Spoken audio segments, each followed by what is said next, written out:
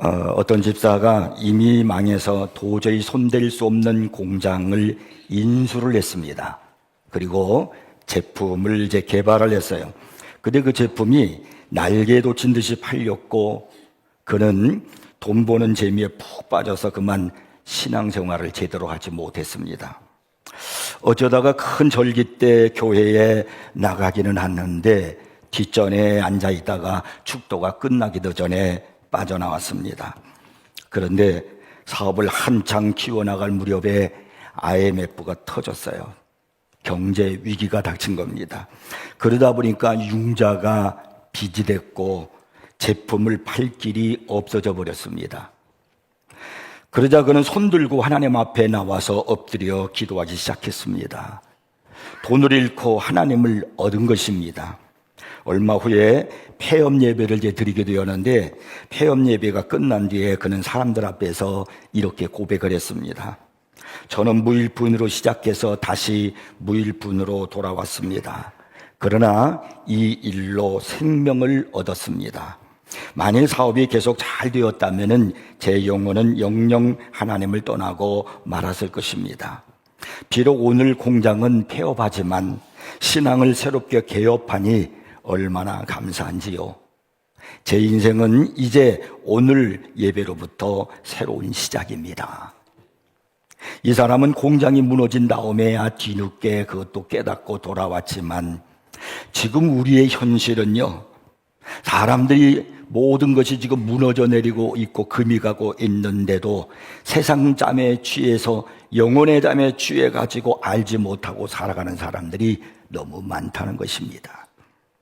남유다는 BC 586년에 바벨론에 의해서 나라가 망하면서 바벨론의 느부갓네살 왕에게 포로로 잡혀갔습니다. 그로부터 70년이 지난 후에 바벨론 정권에서 바사 정권으로 교체가 되었습니다.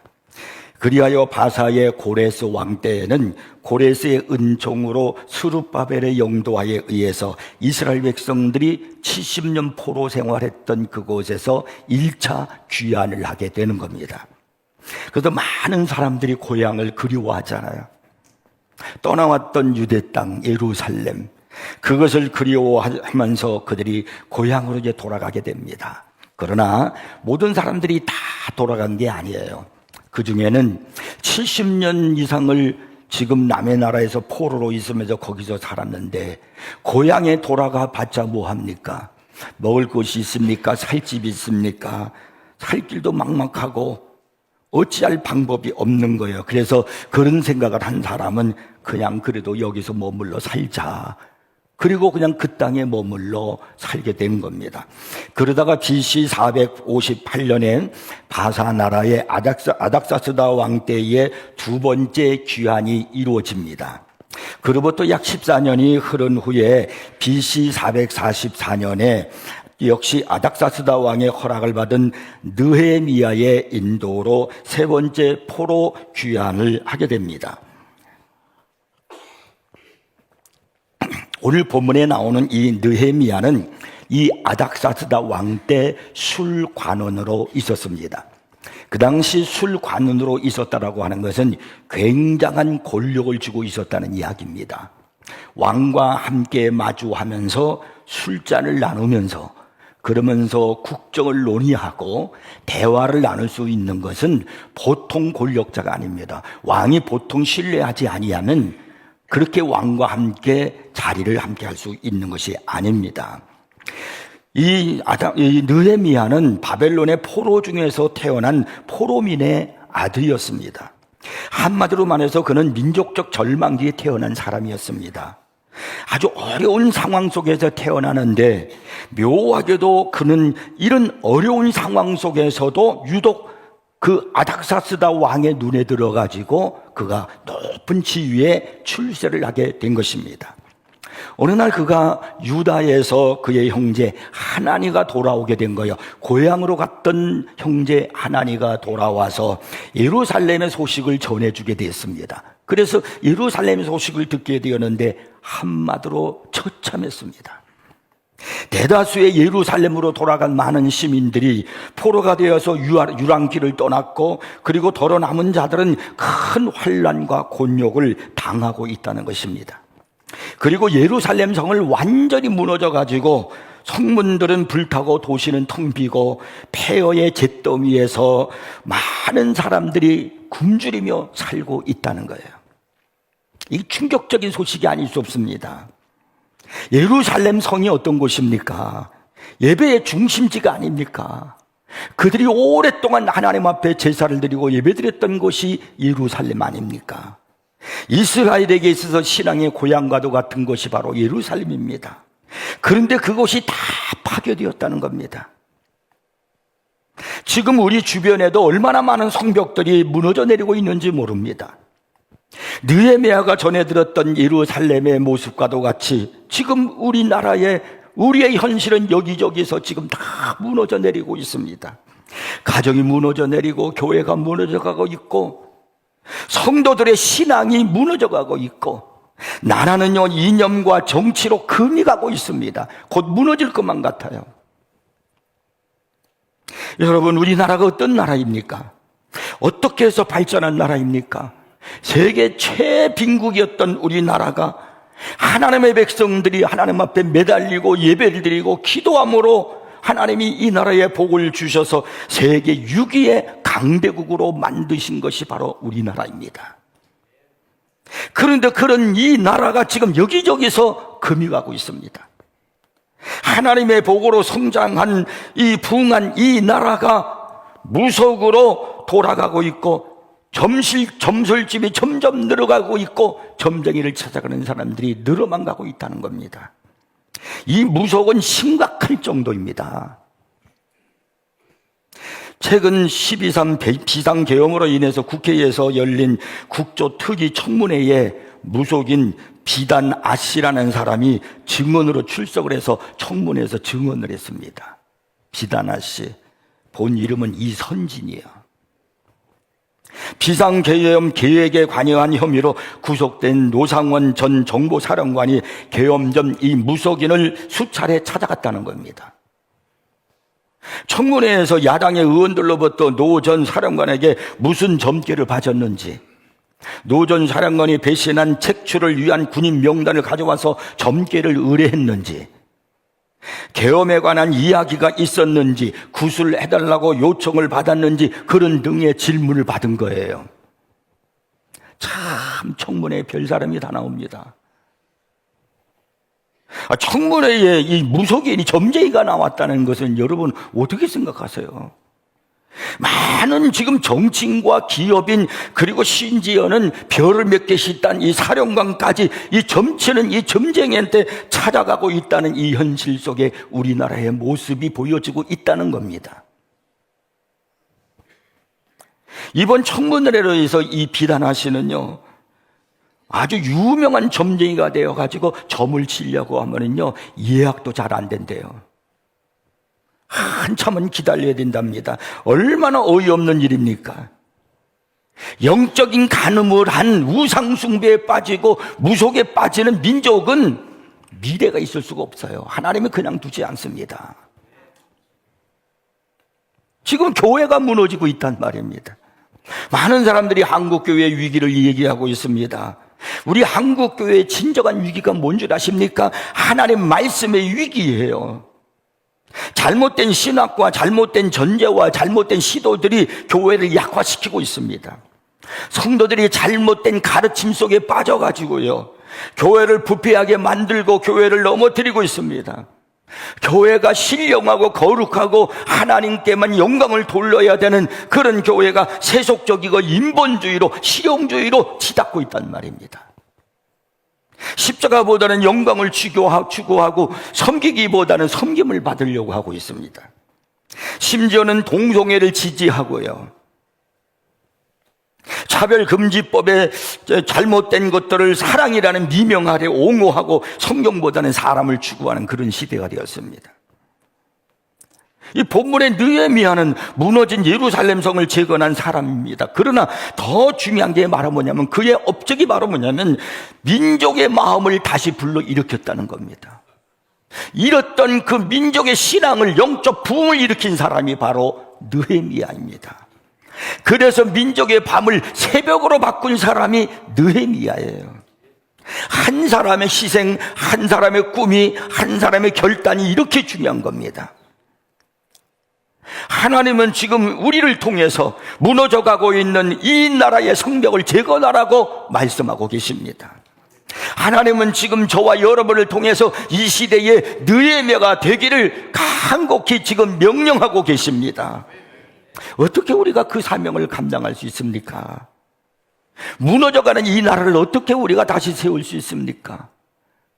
삼천리 방방곡곡에 하나님의 찬송 소리가 들리고 우리나라의 곳곳 산마다 기도 소리가 들려오고 그리고 하나님의 말씀이 들려왔던 그런 이 나라에 지금은 다 모든 사람들이 영적으로 죽어져 가고 있어요. 잠들어 있습니다. 이런 상황 속에서 우리가 어떻게 다시 신앙 부흥을 일으키고 무너져가는 이 나라를 재건할 수 있겠느냐는 겁니다. 우리는 느헤미야가 예루살렘 성을 어떻게 재건했는가 하는 걸 통해서 그 해답을 얻을 수가 있습니다. 첫째는요, 재건은 기도로 시작한다는 것입니다. 느헤미야가 예루살렘에 무너진 소식을 듣고 그가 보인 첫 번째 반응이 뭔 줄 아십니까?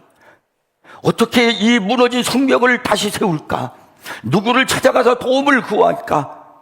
어떻게 사람들을 불러 모을까? 그것이 아니었어요.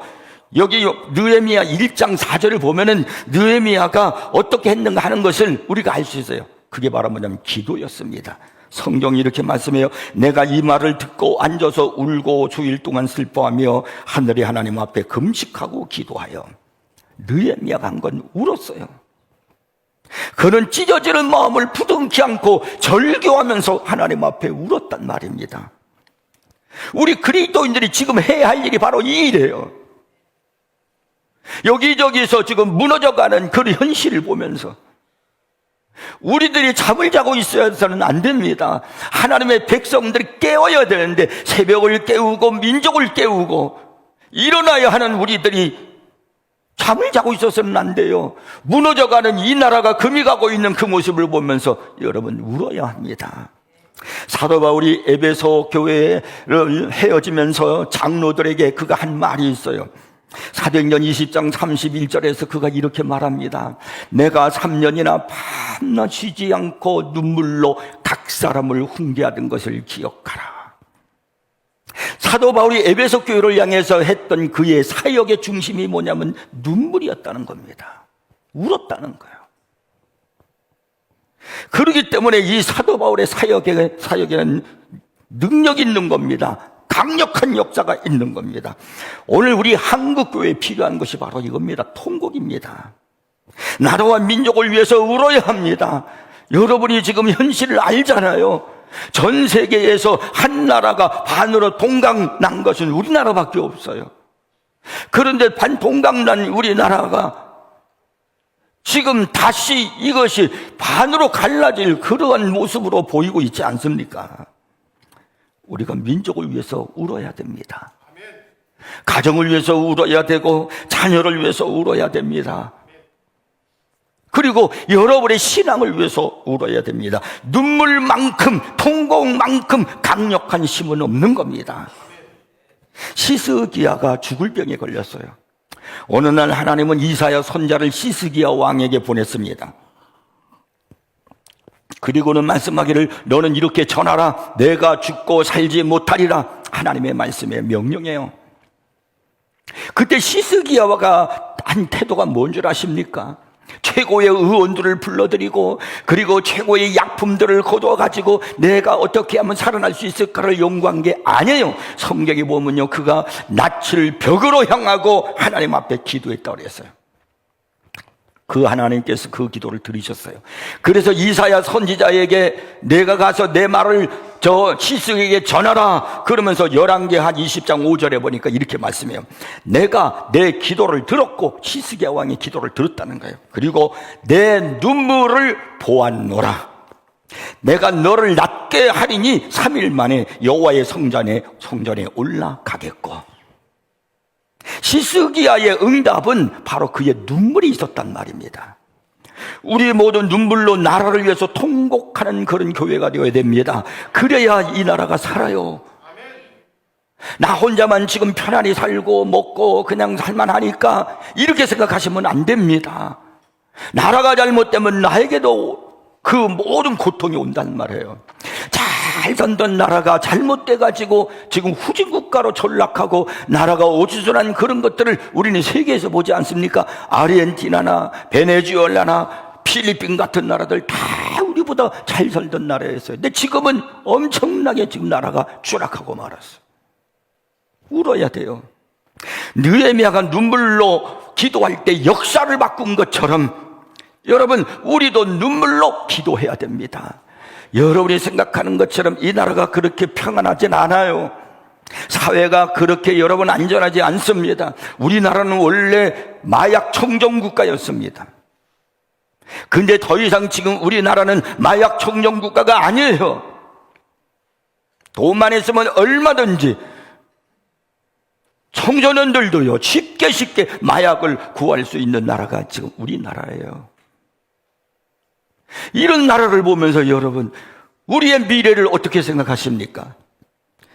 기도하지 않으면 역사는 나타나지 않습니다. 기도하지 않으면 아무런 일도 일어나지 않습니다. 그러나 기도하면 회복됩니다. 기도하면 사탄의 세력을 물리칠 수가 있고 능력이 우리에게 임할 줄 믿으시기 바랍니다. 기도하면 하나님께서 일하기 시작하십니다. 기도하면 우리 민족에게 소망이 있고 기도하면 우리 미래가 밝아질 줄 믿으시기 바랍니다. 기도가 바로 재건의 시작이란 말이에요. 근데 얼마나 기도하십니까? 지금 이 나라가 우리가 지금 이렇게 되어져 가고 있는데 여러분의 영혼을 위해서 얼마나 하나님 앞에 무릎을 꿇고 통곡하며 기도하고 있었냔 말입니다. 지금 우리에게 기도가 필요하고 통곡이 필요해요. 우리 교회는 기도할 수 있는 길을 여러분에게 다 열어놨어요. 어느 시간이든지 와서 기도하라는 거예요. 특별히 여러분 갈멜산 기도회는 우리 모두가 다 같이 모여서 기도해요. 그 시간에 여러분 금요일 갈멜산 기도회에 오세요. 통곡하며 기도하세요. 우리의 이 기도가요 한국 땅을 변화시킬 수 있습니다. 하나님이 하시면 느헤미야 한 사람을 통해서 그 민족을 다 바꿔놨는데 우리가 기도하면 여러분 그 일이 왜 이루어지지 않겠습니까? 깨달으셔야 됩니다. 이제는 일어나셔야 됩니다. 그것이 첫 번째로 재건의 운동의 시작이에요. 두 번째는요, 사탄의 관계를 대적하셔야 됩니다. 꼭 우리가 하나님의 일을 하고 하나님의 영광을 위해서 어떤 일을 하려고 하면 반드시 우리의 대적자가 방해를 놓는다는 거예요. 사탄이 관계를 합니다. 본문에서 이 느헤미야 6장을 보면은 이 느헤미야가 성벽을 재건하고자 이제 했어요. 그 편안히 성벽을 재건해 나가는 게 아니에요. 사탄의 공격이 오는 겁니다. 사탄은 예루살렘 성벽을 재건하려는 그 느헤미야를 넘어뜨리기 위해서 산발락과 도비아와 게셈이라는 사람을 이용하는 겁니다. 사탄은요 항상 우리를 시험하고 넘어뜨리고 그리고 하나님의 일을 하지 못하도록 하는 일을 위해서 사람을 사용하신다는 겁니다. 이 가장 믿을 만한 사람, 가장 가까이 있는 사람, 내가 사랑하는 사람, 그런 사람을 통해서 사탄은 역사한다는 거예요. 브루토스 너마저도 라고 말한 카이사르의 배실의 탄생, 여러분 탄성 기억하시지요? 카이사르의 가장 신임했던 사람 부하가 있었어요. 그게 바로 누구냐면 브루토스예요. 이 브루토스는 자기가 신임했고 사랑했던 그런 신하였어요. 근데 어느 날 이 브루토스가 바로 카이사르 앞에다가 칼을 찔렀습니다. 배신한 거예요. 그래서 브루토스 너마저도, 나는 너를 그래도 너는 믿었는데 너마저도, 배신의 아이콘의 모습을 우리에게 보여주는 그런 얘기가 아니겠습니까? 사탄은 언제나 가장 가까운 사람을 통해서 나를 넘어뜨리려고 하는 거예요. 본문에서 이 느헤미야를 넘어뜨리려고 했던 관계를 불렸던 사람이 세 사람이잖아요. 산발락과 도비아와 게셈이라고 그랬어요. 이들이 누구일까요? 이 산발락이라고 하는 사람은 사마리아 총독이었어요. 그리고요 또 도비아라는 사람, 이 도비아라는 이름의 뜻이 뭔 줄 아십니까? 여호와는 선하시다, 그러니까 그냥 보기만 해도, 이름만 듣기만 해도 굉장히 아름답고 믿음 있고 선한 사람처럼 느껴져요. 그리고 아라비아 사람 게셈, 이렇게 이 세 사람이 바로 느헤미야를 넘어뜨리려고 공모를 하는 거예요. 겉으로 보면 괜찮은 것 같고 능력 있는 것 같고 권력 있는 것 같지만 실제로는 사탄의 종들이었습니다. 예수님께서 십자가를 지신다라고 말씀하실 때 그 길을 가로막은 사람이 누구입니까? 베드로였어요. 주여 그리 마옵소서, 이 일이 결코 주께 미치지 아니하리다라고 말했습니다.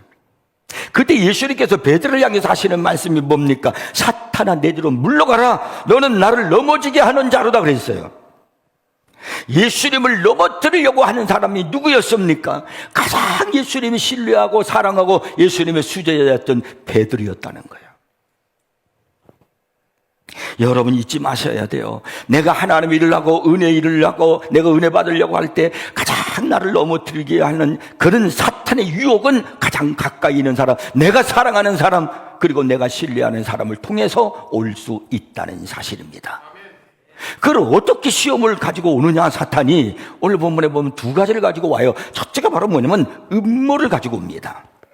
2절을 보면 원수들은 평화협정이라는 가면을 쓴 채 온오평지의 한촌에서 만나자고 제약을 하고요. 4절을 보면은 4번씩이나 사람을 보내가지고 만나서 평화적으로 대화를 하자고 회의를 합니다.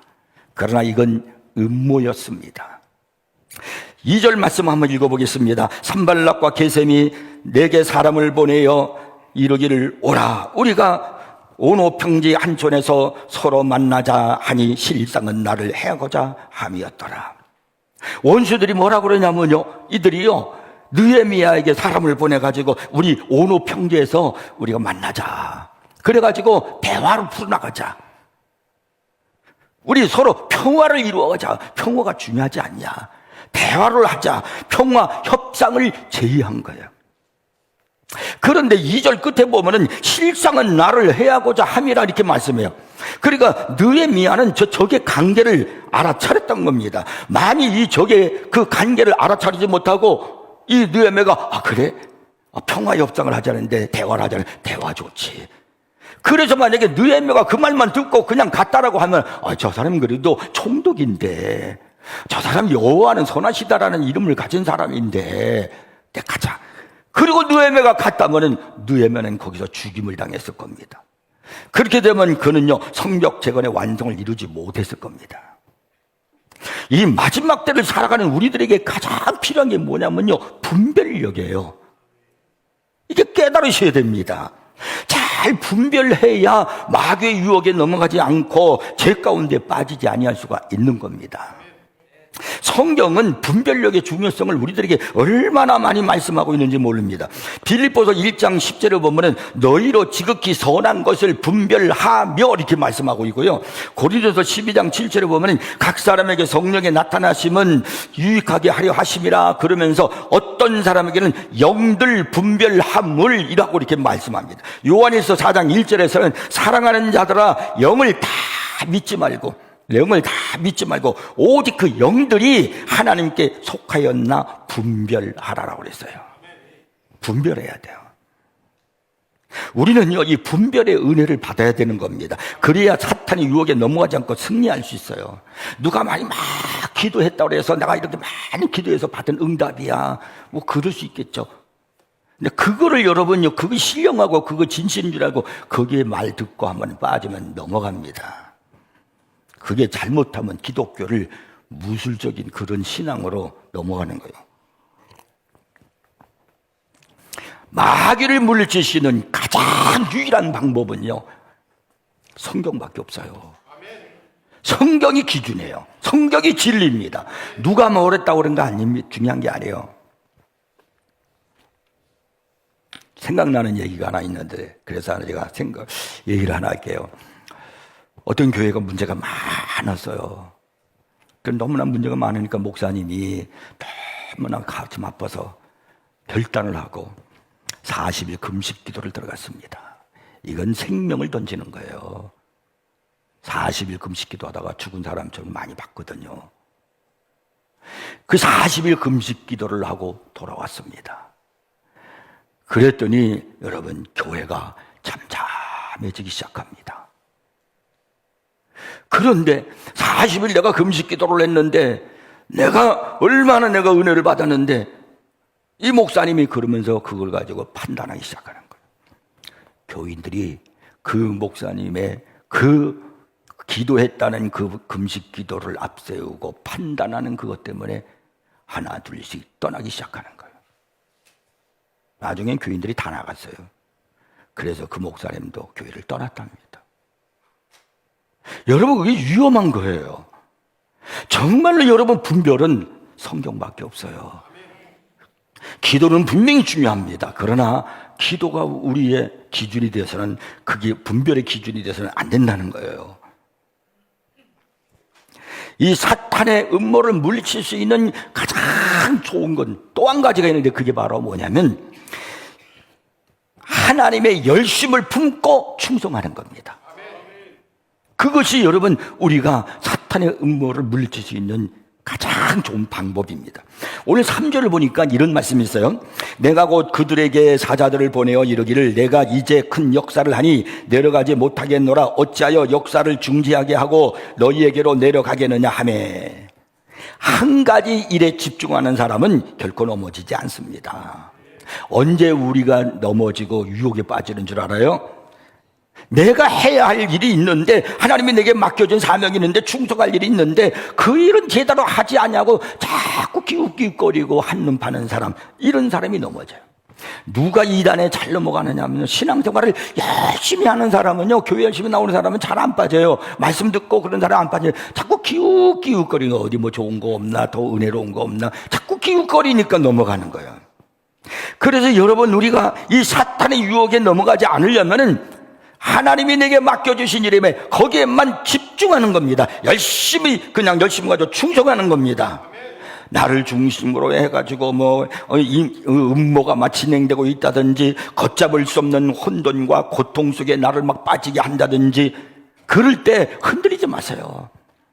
그때 어찌할 줄 말을 몰라가지고 막 마음이 여려가지고 이러지 마시고, 그럴 때일수록 내게 맡겨진 내 사명을 끝까지 붙들고 하나님의 열심으로 충성하는 겁니다. 그러면 사탄이 건드리질 못해요. 이 이기는 비결입니다.